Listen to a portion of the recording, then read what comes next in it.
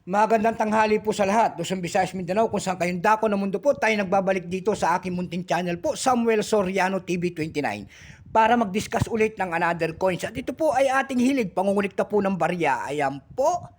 Maraming salamat din po sa nanonood sa aking FB page. Thank you so much. Maraming salamat din po sa lahat ng aking mga subscriber po kung saan kayong dako ng mundo po. Ayan. Thank you so much po sa inyo. Yun namang mga senior citizen dyan. Ayan, kung saan kayong dako ng mundo po. Keep safe po sa lahat and God bless. Ang pag-usapan po natin ngayon ay pera po ng Mexico. World coins po. Ayan. Ayan, world coins po, 2017, 10 pesos po kung tawagin ng Mexico. Ayan. Mexico.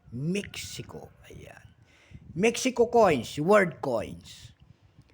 Bago tayo magsimula sa ating talakeng, kilalanin mo muna natin siya. Ayan, mag-comment po dyan yung mga ganito, may mga world coins na ganyan at ito ay ating bibilin. Ayan po. Issue po, Mexico po.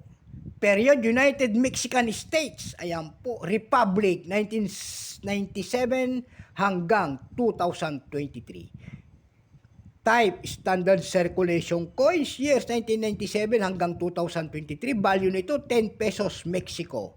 Currency, New Peso, 1992, up to date po. Composition po nito by metallic nickel brass. Center and aluminum bronze ring. Ayan po. May bigat po itong 10.33 grams. Ayan, nabubulol na. May haba po naman itong 28 mm. May kapal po naman itong 23.3 mm. Hugis po, syempre bilog. Orientation niyan, coin alignment. Number N-591. Reference number KM-161. Ayan po.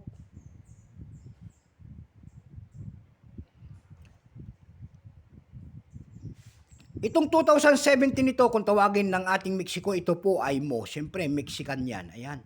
13% lamang ito. Ayan. Kung ilang piraso naman ang ginawa sa barya na ito, ito po ay 89,678,000 lamang. May price na doon sa ating numista.com po. Ayan.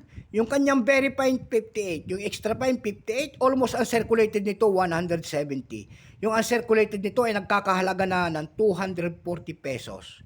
Mahirap na magtingin ng kanyang price. Ayan. Kasi itong year 2007, ito lamang ay 13%. Ayan. Sa ebay.com po nito nakakita na tayo nagbebenta nito ng $10. Ayan.